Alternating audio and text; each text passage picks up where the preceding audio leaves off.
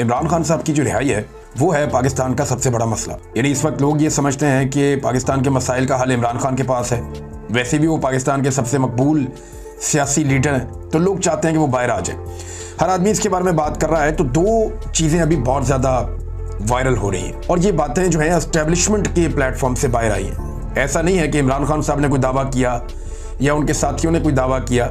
हत्ता कि जो असद कैसर साहब हैं, जो नॉर्मली मुज़ाकरात के अंदर रहते हैं और जब भी कोई मुज़ाकरात की बात होती है तो इमरान खान साहब उनको फ्रंट लाइन पे रखते हैं, उन्होंने भी कह दिया कि इमरान खान साहब के अभी कोई मुज़ाकरात हो नहीं रहे या कुछ चीज़ों में तब्दीली आ नहीं रही या इमरान खान साहब की रिहाई के बारे में उनके पास कोई खबर नहीं है। वो ये कहते हैं कि हमने कौमी यकजहती के लिए अपने रवैये को फॉर द टाइम बीइंग इस हुकूमत के साथ तब्दील किया और उसका मतलब ये निकाला जा रहा है कि शायद कि मुज़ाकरात चल रहे हैं या कोई डील चल रही है या कोई बैकडोर चैनल कोई चीज़ें चल रही हैं। तो ऐसा कुछ नहीं है, ये ट्रक की बत्ती है। इससे पहले भी लोगों ने इसके बारे में बात की और अभी भी लोग इसके बारे में बात कर रहे हैं। पाकिस्तान तहरीक इंसाफ की लगभग जितनी भी अहम क़यादत है उन सारों ने इस इम्कान को रद्द कर दिया है कि एस्टेब्लिशमेंट अपनी पॉलिसी बदलने जा रही है, हालात बेहतर होने जा रहे हैं या इमरान खान साहब की रिहाई की कोई कोशिश की जा रही है।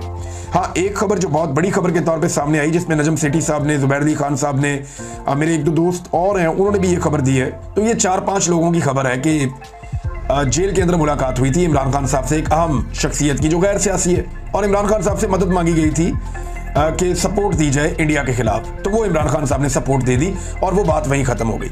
ना इमरान खान ने कोई डील मांगी, ना उन्हें कोई डील दी गई, बल्कि अगर कोई बात हुई भी तो इमरान खान साहब ने उस मौके पर, जितना मैं इमरान खान को जानता हूँ, जिस वक्त उनके साथ इंडिया पे बात की जाएगी तो वो इतना कमज़ोर आदमी नहीं है कि उस वक्त अपनी रिहाई की बात करेगा, या जिस वक्त उससे कोई मदद मांगने के लिए जाएगा या उससे ये कहेगा कि पाकिस्तान की खातिर या इंडिया से इस वक्त लड़ाई की सूरत हाल है तो अपने सोशल मीडिया को, अपने मीडिया को खुद अपना स्टेटमेंट जो है वो आप हमारे हक में दे दो। इमरान खान साहब जब वो मदद देंगे या बात करेंगे तो इतना कमज़ोर आदमी नहीं कि वो उस वक्त कहेगा जनाब मेरी रिहाई कर दें या कोई सियासी बात करेगा। वो इमरान खान की तबीयत भी ऐसी नहीं है, मुझे नहीं लगता उन्होंने ये बात की होगी। दूसरी जानिब से बात हो तो हो। अब देखें, दो तरह की खबरें हैं। सहाफ़ी, दानिश्वर, सियासतदान सारे फंस गए हैं, मुश्किल में पड़ गए हैं। जो लोग ये कहते हैं देखो अवाम तो बाहर देखना चाहती है इमरान खान को, अक्सरियत ये कहती है, मगर फैसला ये अदालतों में नहीं होना इमरान खान के बाहर आने का, ये फैसला कहीं और होना है। जिस वक्त देखें अब इमरान खान को उसूली तौर पर जेल में होना ही नहीं चाहिए क्योंकि उनके तकरीबन सारे केसेस फारग हो गए हैं। अगर ये मामला अदालतों के होते तो 200 मुकदमात बनाकर आलमी रिकॉर्ड ना बनाया जाता। अदालतों का मामला ही नहीं है, मामला कहीं और हो रहा है। ये मिलिट्री एस्टेब्लिशमेंट का फैसला है कि इमरान खान साहब को जेल में रखना है। जिस वक्त मिलिट्री एस्टेब्लिशमेंट अदालतों के ऊपर से अपना दबाव और कंट्रोल हटा लेगी, इमरान खान साहब 1 हफ्ते में बाहर आ जाएंगे, इससे ज़्यादा टाइम लगेगा भी नहीं। अब जो लोग ये खबर देते हैं ना कि कोई बातचीत चल रही है या इमरान खान साहब की कोई मुलाकात हुई है, उन पर इल्जाम लग जाता है कि ये तहरीक को नाकाम बनाने की कोशिश कर रहे हैं, साजिश कर रहे हैं। तो क्या कोई इतनी बड़ी तहरीक का मोमेंटम बन चुका है जिसको नाकाम बनाने की साजिश हो रही है? तो देखें, इससे पहले 2 दफा मोमेंटम बना, 2 दफा तहरीक खराब हो गई। और हर मरतबा जब तहरीक का मोमेंटम बनता है तो उस वक्त ये खबर जरूर दी जाती है कि कहीं ना कहीं इमरान खान की रिहाई का कोई इम्कान पैदा हो गया या मुज़ाकरात चल रहे हैं या बातचीत हो रही है। तो उससे बज़ाहिर एक वजह यह भी होती है कि कुछ ना कुछ करके कुछ तहरीक को डाउन किया जाए। नंबर 2, जो लोग ये खबर दे रहे हैं कि ये ट्रक की बत्ती है बिल्कुल ही, तो उनके ऊपर इल्जाम ये लगा दिया जाता है ये चाहते ही नहीं इमरान खान बाहर आए। तो वो वाली खबर देने वाले भी फंस जाते हैं और ये वाली खबर देने वाले भी फंस जाते हैं। देखिए, अगर रिहाई होनी है इमरान खान की तो मिलिट्री एस्टेब्लिशमेंट ने ये फैसला करना है कि वो दबाव बंद कर रहे हैं अदालतों पर और सिस्टम के ऊपर। अदरवाइज ऐसे तो इमरान खान साहब बाहर नहीं आते। फिर एक ही तरीका है कि कोई अवामी इनकलाब आ जाए, बहुत बड़ी तादाद में लोग निकल आए, लाखों लोग सड़कों पे हों और सड़कों पे फैसला कर दें और अपने लीडर को छुड़वा लें दबाव डाल के। एक तो तरीका ये हो सकता है और दूसरा तरीका ये है कि अदालतों से छूट जाएं। अदालतों के ऊपर जितना दबाव है, जैसे उन्हें कंट्रोल किया जा रहा है, वहां से तो इस हालत में नहीं छूटते इमरान खान साहब जब तक कि एस्टेब्लिशमेंट ये दबाव खत्म नहीं करती। अब सवाल ये है कि वो कौन से किरदार हैं जो नहीं चाहते कि इमरान खान साहब बाहर आए या जिन्होंने ये फैसला करना है कि इमरान खान ने बाहर आना या नहीं आना। पहला किरदार तो खुद इमरान खान है। इमरान खान का अपना एक करैक्टर है और वो ये कहते हैं वो नवाज शरीफ नहीं बनना चाहते, यानी वो नवाज शरीफ इतना बाहर नहीं आएंगे, वो अपने तरीके से बाहर आएंगे। अब ये सबसे बड़ी रुकावट है क्योंकि नवाज शरीफ बना के ही इमरान खान को बाहर लाना चाहता है ये सिस्टम। इमरान खान ये नहीं चाह रहे। दूसरा इसके अंदर किरदार आ जाता है मिलिट्री एस्टेब्लिशमेंट का। अब मिलिट्री एस्टेब्लिशमें जो है वो एक ताकतवर और मकबूल लीडर इमरान खान का खुलेआम मुकाबला नहीं कर सकते और अपने मफादात के लिए इमरान खान साहब को खतरा समझते हैं। तो वो क्यों चाहेंगे कि इमरान खान साहब अपनी पूरी ताकत के साथ फुल स्विंग में बाहर आ जाएं।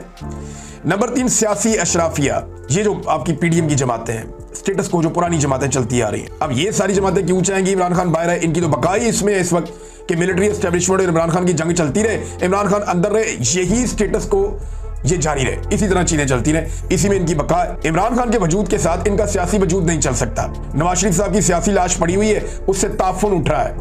हालात ये हो गए हैं कि नवाज शरीफ साहब ने जंग डिजाइन करने का दावा करवाया कि जंग मैंने डिजाइन की है। कई टाउट्स ने ये खबरें दे दी कि मियां साहब तो जनाब इस्लामाबाद में पता नहीं नक्शे बना रहे थे, क्या कर रहे थे, क्या कुछ कर रहे थे, 2 रातें जागते रहे और पता नहीं क्या कुछ करते रहे। हालांकि 5 दिन तक इनके मुंह से उफ तक नहीं निकली, बल्कि मोदी के खिलाफ या आरएसएस के खिलाफ या भारत की जो धमकियां उनके खिलाफ अभी तक इन्होंने एक लफ्ज नहीं बोला, नवाज शरीफ ने और इसके पूरे खानदान ने। तो मामला यह है कि जिन्होंने ये कहानियां सुनाई उनको ये नहीं नजर आ रहा कि जहां सेलिब्रेशन हो रही है वहां नवाज शरीफ हर जगह से गायब है। कहीं आपको नवाज शरीफ नजर ही नहीं आते, ना अखबारों के अंदर जो इश्तिहारात लगाए गए उसमें नवाज शरीफ गायब, जहां यौम तशक्कुर की तकरीब मनाई गई वहां पे भी नवाज शरीफ गायब। तो जहां पे जो चीज भी की है नवाज शरीफ ने, आप गौर करें, किसी जगह पे सेलिब्रेशन नहीं की। ये जो पाकिस्तान ने एक लड़ाई जीती है एयरफोर्स की, इसमें किसी जगह पे सेलिब्रेशन नहीं की नवाज शरीफ ने, वो बड़ी खामोशी के साथ रहे हैं, बस स्टेटमेंट जारी कर देते हैं, उसमें भी नरेंद्र मोदी का किसी किस्म का कोई हिस्सा नहीं होता। अब नाज़रीन, पाकिस्तान की एस्टेब्लिशमेंट को बड़ा रिलीफ मिला है। ये जो मौजूदा हालात पैदा हुए ना, कौमी यकजहती पैदा हुई है, अवाम खड़ी होगी अपनी फोर्सेस के साथ इंडिया के खिलाफ, अपनी फोर्सेस के साथ ही खड़े होना था और कहाँ खड़े होना था उन्होंने। तो इसमें ना एस्टेब्लिशमेंट को बड़ा रिलीफ मिला है। 3 साल से एस्टेब्लिशमेंट इंतहाई गैर मकबूल थी और इनकी ऐसी तैसी हो गई थी अवाम के और उनके बीच में बहुत ज्यादा फासले बढ़ गए थे, वो कुछ हद तक कवर हुए। अब यहाँ पे जो है वो भारत के साथ जो मुठभेड़ है उसका फायदा हुआ। आर्मी चीफ गए मैच देखने के लिए, वहां हमने मनाजिर देखे, वो खुश हो रहे थे, मैच देख रहे थे आर्मी चीफ। DGISPR जो है वो स्कूल में चले गए बच्चों के पास। अच्छा, एस्टेब्लिशमेंट ना इससे पहले भी गलत अंदाजे लगाकर फंस गई थी। 2022 में एस्टेब्लिशमेंट के गलत अंदाजों ने 3 साल तक उन्हें निकलने नहीं दिया इस दलदल से, और अब मुझे ऐसा लगता है कि एस्टेब्लिशमेंट एक मरतबा फिर गलत अंदाजे लगा रही है। और ये अंदाजा मैंने लगाया DGISPR की बातचीत से। DGISPR ने जो बात की है ना, उससे मुझे अंदाजा हो रहा है कि मामला थमेगा नहीं, मामला अभी आगे बढ़ेगा। वो कहते हैं जो कहते थे फौज अपना काम नहीं करती, उनसे सवाल करें फौज ने अपना काम किया या नहीं किया। फिर उन्होंने कहा कि बच्चों से बात करते हुए वो कह रहे थे, क्या आज आप उनको जिम्मेदार नहीं ठहराएंगे कि तुम कौन होते हो जो अफसरों और जवानों के खिलाफ बातें करते थे, मुल्क में होने वाली दहशतगर्दी के पीछे भारत है, फिर ये सारी बात की। लेकिन मुझे उनकी बात से अंदाजा हुआ कि अभी भी एस्टेब्लिशमेंट को बड़ा गुस्सा है, मिलिट्री एस्टेब्लिशमेंट को बड़ा गुस्सा है, और वो पाकिस्तान तहरीक इंसाफ से अभी तक उनका दिल भरा नहीं है।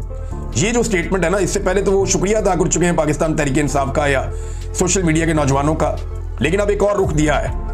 देखिए, मैं एक चीज क्लियर करना चाहता हूँ DGISPR साहब से कि जिन लोगों ने तनकीद की है ना, उन्होंने फौज की लड़ाई के ऊपर कभी तनकीद नहीं की, फौजी बॉर्डर पे खड़े हो इसके ऊपर कभी तनकीद नहीं की, फौजी अपनी फौजी ट्रेनिंग कर रहे हो इसके ऊपर कभी तनकीद नहीं की, फौजी क़यादत जो है वो जंग की तरबियत कर रही हो या जंग के मैदान में हो या जंग के हवाले से प्लानिंग कर रही हो, मनसूबाबंदी कर रही हो, जंगी दिफाई तैयारियां कर रही हो, मशकें हो रही हो, उसके ऊपर कभी तनकीद नहीं की। तनकीद ये आपका असल काम है, इस पर तनकीद हो ही नहीं सकती, कोई करता ही नहीं है। तनकीद होती है जब 4 मरतबा मार्शल लॉ लगाया जाता है। तनकीद होती है जब मिलिट्री एस्टेब्लिशमेंट हुकूमतें बनाती है और हुकूमतें गिराती है, जो इनका काम नहीं है। मीडिया और अदलिया और पार्लिमान को जब कंट्रोल किया जाता है तब तनकीद होती है। जब जबरी तौर पे इंसानों को लापता किया जाता है तो तनकीद होती है। जब अवामी मैंडेट की तौहीन की जाती है तो तनकीद होती है। जब आइन की धज्जियां उड़ाई जाती हैं, बार बार उड़ाई जाती हैं, वक्त पे इलेक्शन भी नहीं करवाया जाता, तब तनकीद होती है। जब अपने हलफ से बेवफाई की जाती है तो इन बातों पर तनकीद बिल्कुल दुरुस्त है, अच्छी है। ये तनकीद जो जायज़ है वो होनी